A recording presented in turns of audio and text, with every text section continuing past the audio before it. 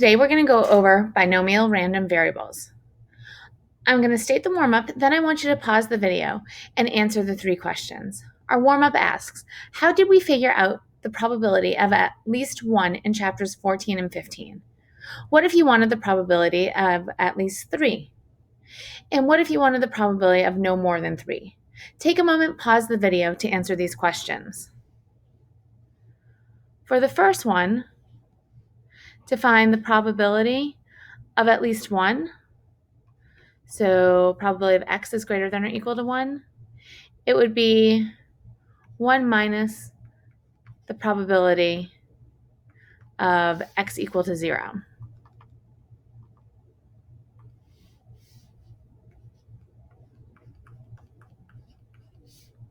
For the second question we posed, what if you wanted the probability of at least 3?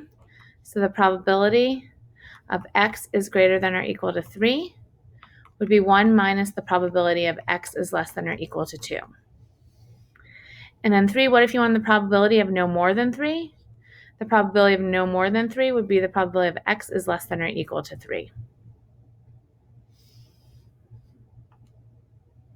In the last chapter, we looked at random variables in general, and one example of a continuous random variable, the normal random variable. In chapter 17, we looked at 2 specific examples of discrete random variables. The first is called the binomial random variable. List the conditions that must be satisfied for a binomial setting. So the first condition is you should have 2 attempts, a success or failure.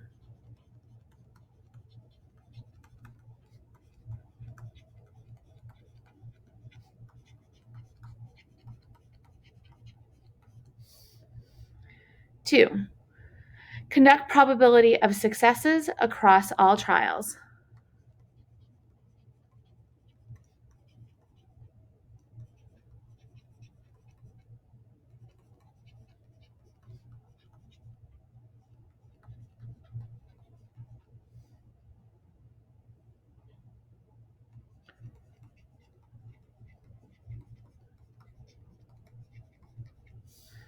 Three, trials are independent.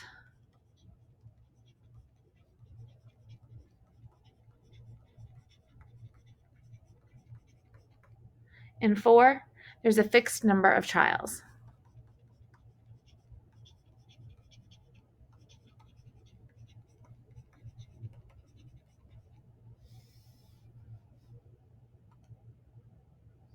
If data are produced in a binomial setting, then we have a binomial random variable. Binomial random variable x equals the number of successes in a fixed number of trials. The possible values of random variable x take are the whole numbers from 0 to n.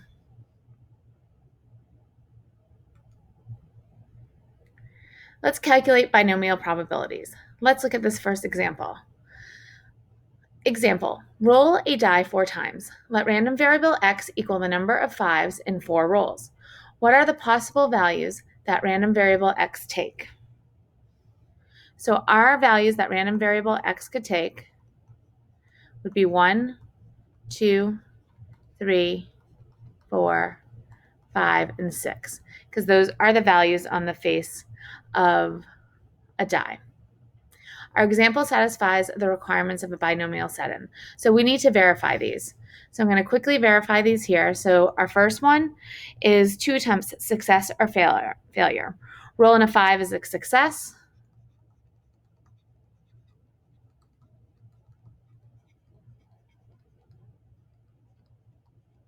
And not rolling a 5 is a failure.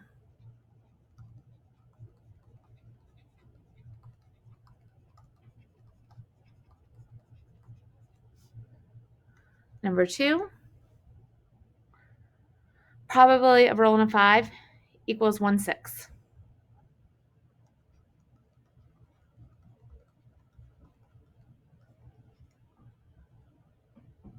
Number 3, trials are independent. So I'll do number 3 over here. Rolling a die will be independent events.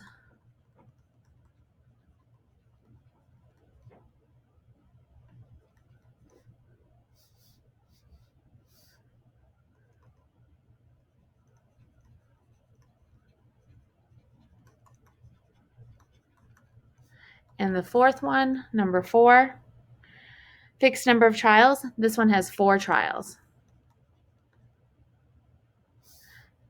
because it says 4 rolls.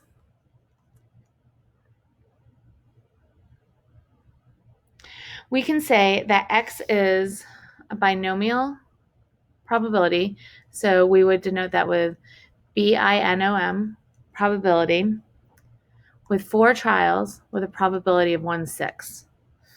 So that is the form. So it would be BINOM N comma P, where N is the number of trials and P is the probability.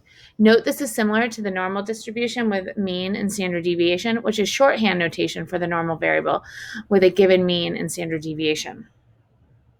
So we need to find the probability exactly 5 in 4 rolls.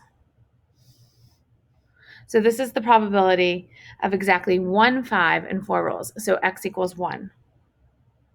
So how we would do this is we would use the formula that's in our formula packet. So we're going to write it out down here first using our formula. So this is for the binomial probability.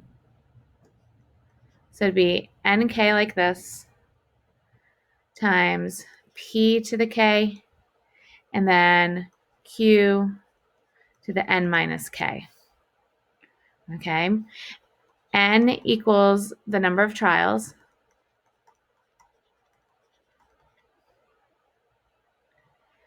K is the number of successes.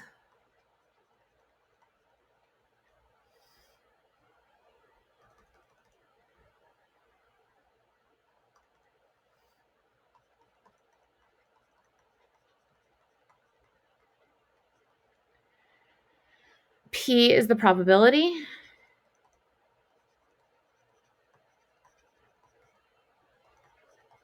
Of success. And Q is probability of failure.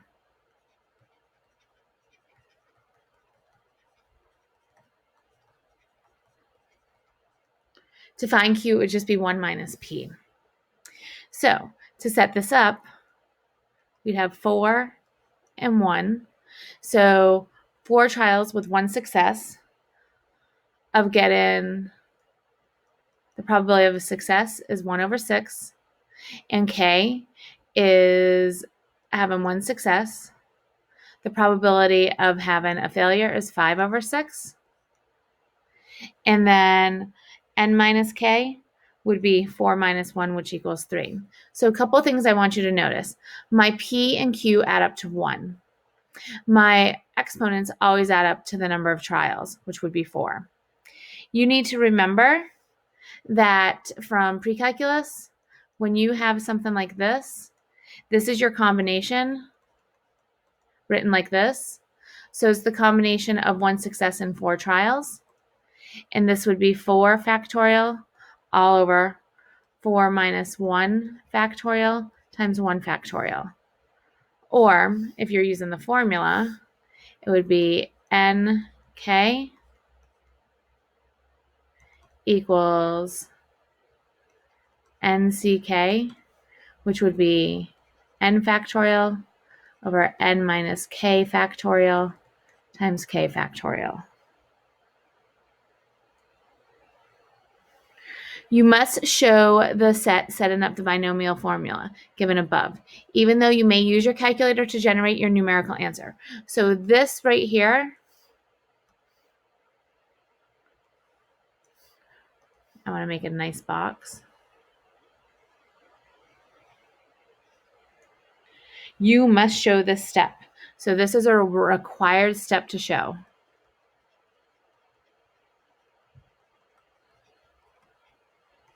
So when you're showing your work, this step must be shown.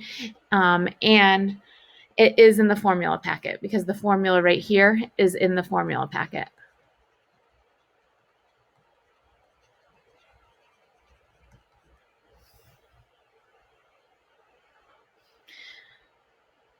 So go ahead, put that in your calculator. So you would go ahead and put this in your calculator using your combination, which is under PRB. And you would get 0.386.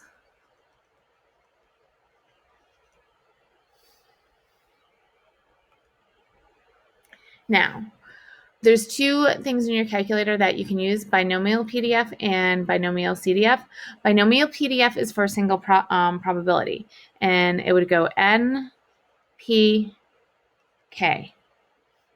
Binomial CDF, and this is for exactly K successes and N trials.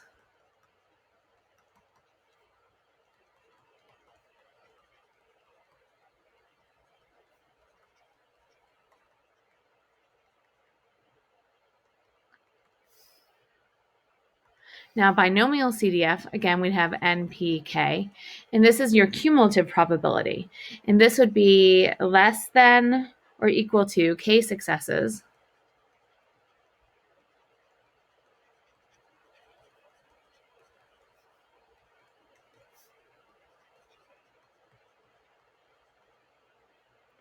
in N trials.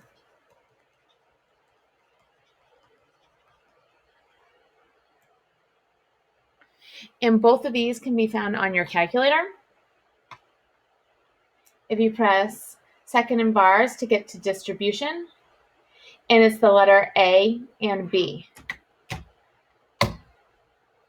So these can both be found under your calculator.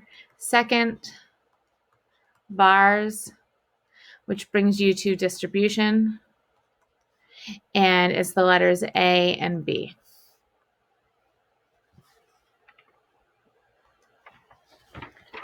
So let's construct a probability distribution table for X. We need to round our probabilities so that when we add our probabilities, they add up to 1. So we're going to do this for the previous example. So this is going to be done for the number of 5s in 4 rows.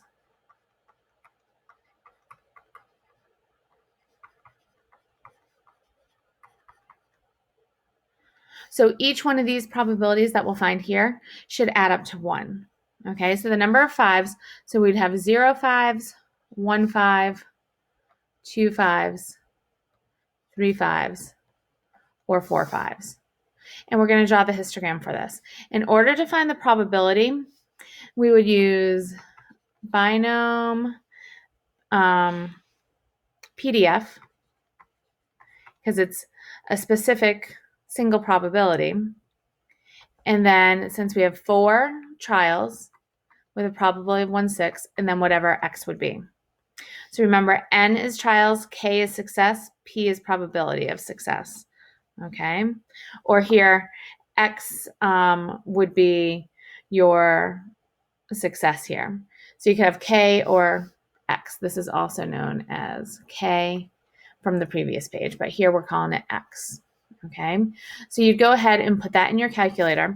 So since we're just finding the table, you don't have to do the work. So our first one would be 4,160, and you would get 0.482. Remember, you can find binom PDF, press second in the vars key. It brings you to distribution. And I believe this one is A, it might be B, but they're both A and B. I want you to pause the video and finish the table. So the remaining values for 1, you should get 0.386 for 2, 0.116 for 3, 0.015, and for 4, 0.001. Now we're going to make a histogram of this data. For this, notice my probabilities go from 0.001 up to almost 0.5. Okay, so my probabilities over here are just going to go up to 0.5.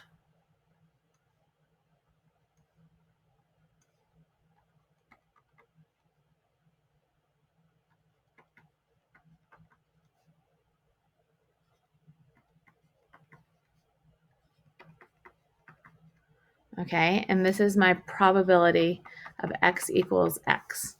And then on my x-axis, I'd have the number of 5s in 4 rows. So the number of 5s in 4 rows would be 0, 1, 2, 3, and 4.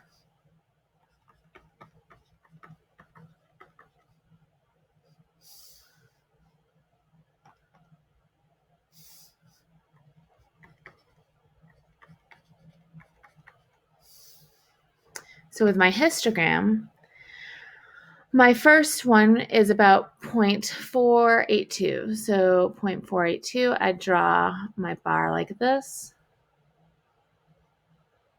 And at the top, I put 0.482 since I'm estimating. The next one is 0.386. So I put 0.386 at the top. The next one is 0.116.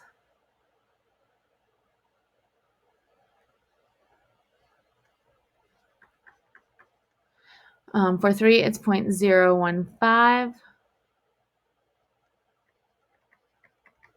And for 4, 0.001. And that would be your histogram.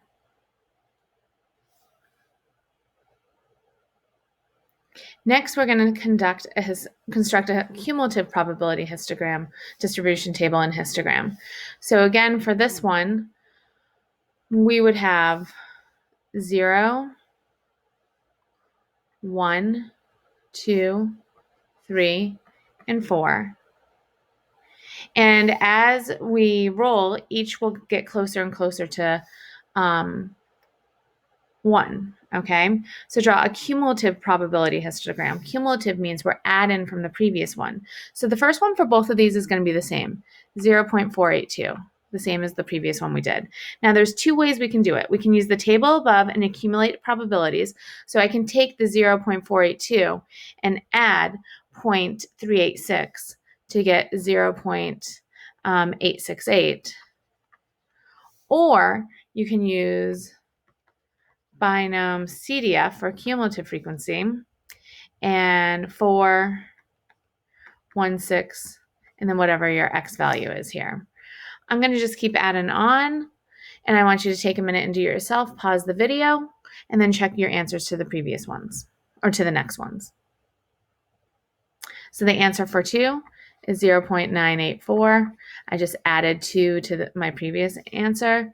The answer to 3 would be 0.999, and the answer to 4 would be 1. So with this, I'm going up to 1, so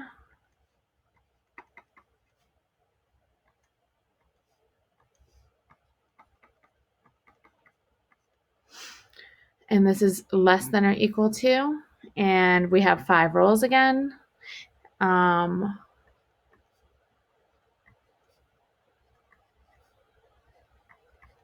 Oh, 4 rolls, and we have 0 first. So let's go ahead and fix that.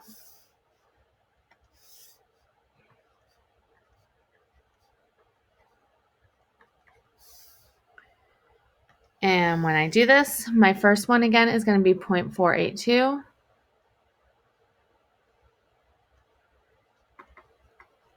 My next one's going to be 0.868, so this is 0.75. So 0.868 is right about here.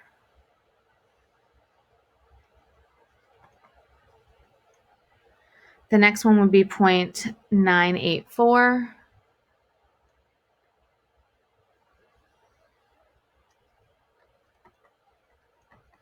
Next one would be 0.999.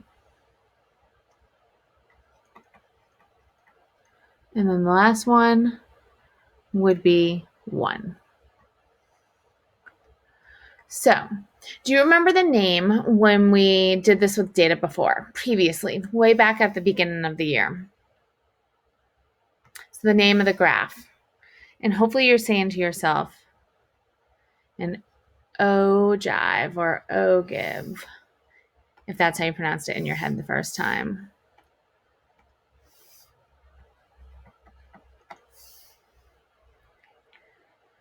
Okay, so we're going to look at one more example.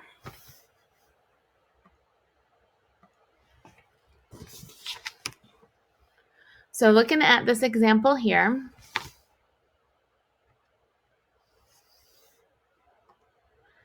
A manufacturer produces a large number of toasters. From past experience, the manufacturer knows that approximately 2% are defective. In a quality control procedure, we randomly select 20 toasters for testing. Let random variable x equal the number of defective toasters in 20. Random variable x is binomial with 20 trials and probability of success is 0.2. You can write this as binom 20 and then 0.02. Make sure you know how to verify whether the problem satisfies the binomial setting or not. Write down work as shown, and you do not need to show probability statements, but you must know how to read them correctly. Okay, so let's first see verbally. Do these satisfy the 4 conditions? Are there 2 attempts? Is there a success and failure? Yes, there's a success and failure. So here, 20% are defective, or 2% are defective. That would be our success. Our failure would be, because we're seeing which ones are defective, okay? Our failure, quote unquote here, would be if they're not defective, which would be 0.98. Conduct probability of successes across number of trials, and our number of trials is like if we have a probability of getting a defective one would be 0.2. Trials are independent. Choosing one, it does not affect the other, and there's a fixed number of trials, which would be 20, so it does satisfy all of them. So what is the probability that exactly 2 toasters are defective? So with this, we need to use our information, and I'm just going to write it down on the side here. We know that n, just so that we know this, equals 20. And then we know our p would be 0.02, which means our q would be 0.98, okay? So I want the probability of exactly 2 toasters are defective. So probability of x equals 2, okay? So you need to set this up. You need to do this step. I have 20 trials, exactly 2 successes. So it would be 0.02 to the second times 0.98 to the 18, because that would be 20 minus 2. You have to show this step. Then you can go ahead and put it in your calculator. Since it is exactly 2, it'd be PDF. It's just the probability. So it'd be 20, 0.02, and then 2. And when you put that in your calculator, you should get 0.0528. So the probability exactly 2 toasters are defective, write it in a sentence within context,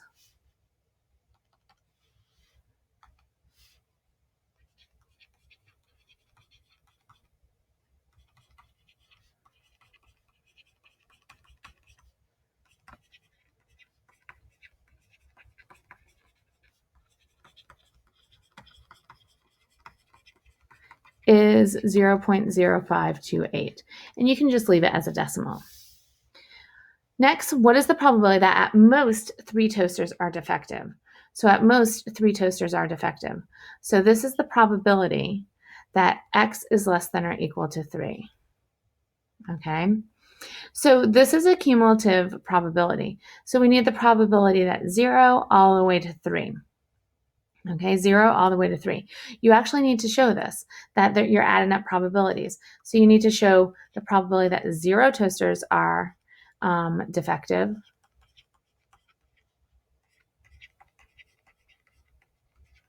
And then you have plus. You can skip 1, 2, and then just go to 3. You'd have plus showing the probability that 3 toasters are defective.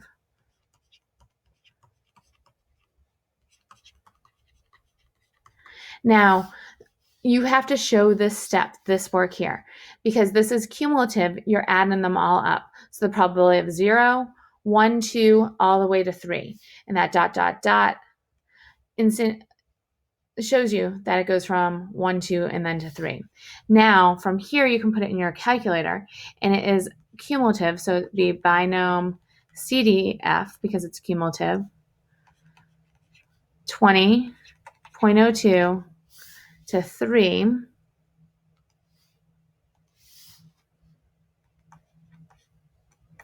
And that would be 0.994. So the probability at most 3 toasters are defective is 0.9994.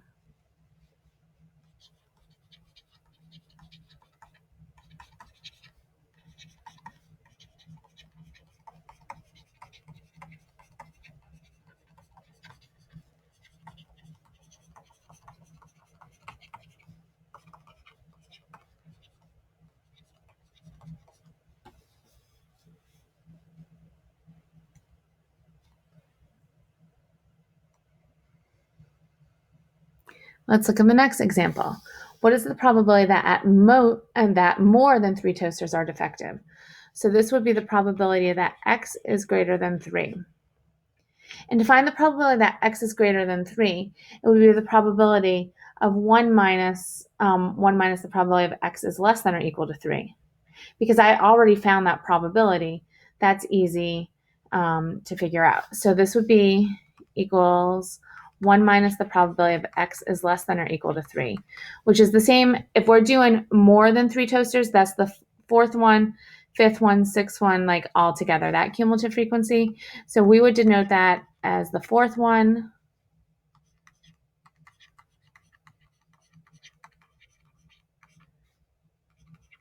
then we'd have plus all the way to the 20th one.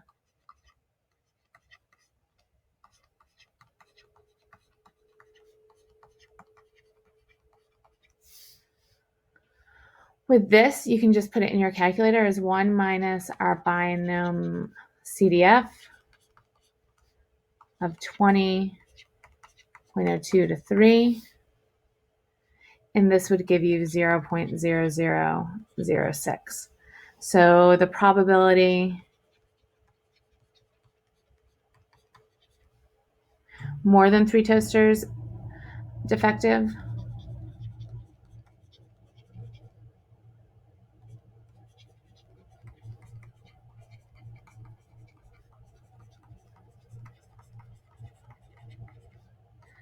is 0.0006. The next one, what is the probability that between 3 and 10 inclusive toasters are defective? So this would be the probability of 3 is less than or equal to x, which is less than or equal to 10. So to show this, this would be 23, because we're starting at the third one, 0.02 to the third, 0.98 to the 17th, plus all the way up to the 10th one. So that 10 toasters are defective.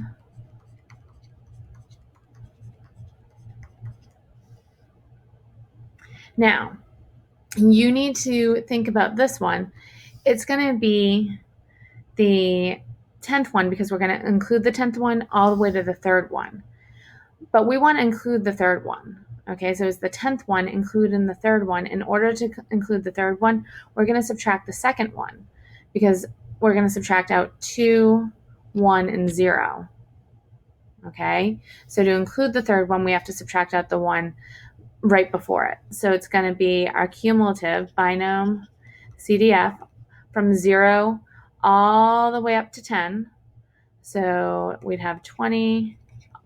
So 20 trials from 0 to 10. That's what, that should be your probability before we get to our 10.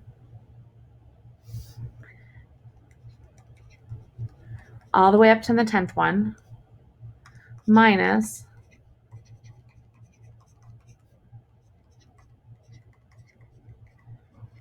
to the second one, because we want to subtract out 0, 1, and 2, so that 3 right here is included. And when you do that, you should get 0.007. So the probability that between 3 and 10 inclusive toasters are defective is 0.007.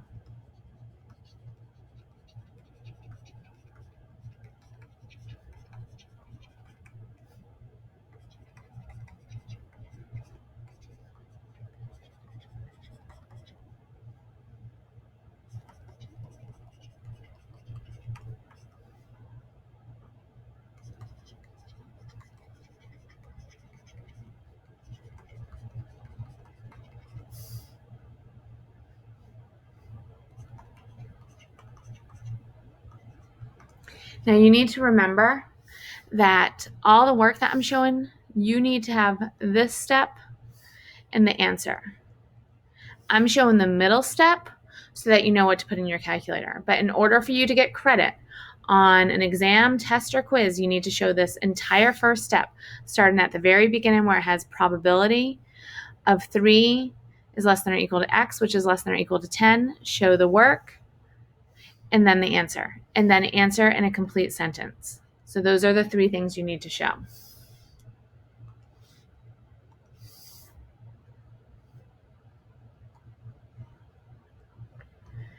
If you selected 100 toasters at random, how many would you expect to find defective? How did you get that answer? So we need to think back. That would be the mean number of toasters, and you know that mean is n times p, which is on your formula sheet. So if n would be 100, my probability would be 0.02, so it would be 2 toasters. Find the expected number, the mean, and standard deviation of the number of defective toasters in 20. So remember, this is from your formula packet. So if I want to find my expected value of x, that would be mu, which is n times p. So it'd be 20 times 0.02, so 0.4 toasters. If I wanted to find my standard deviation, we know that is the square root of npq.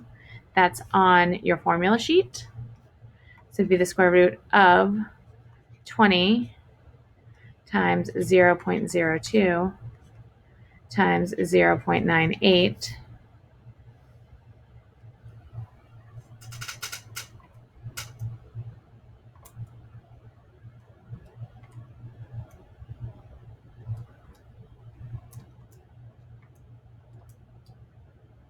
And you would get 0.198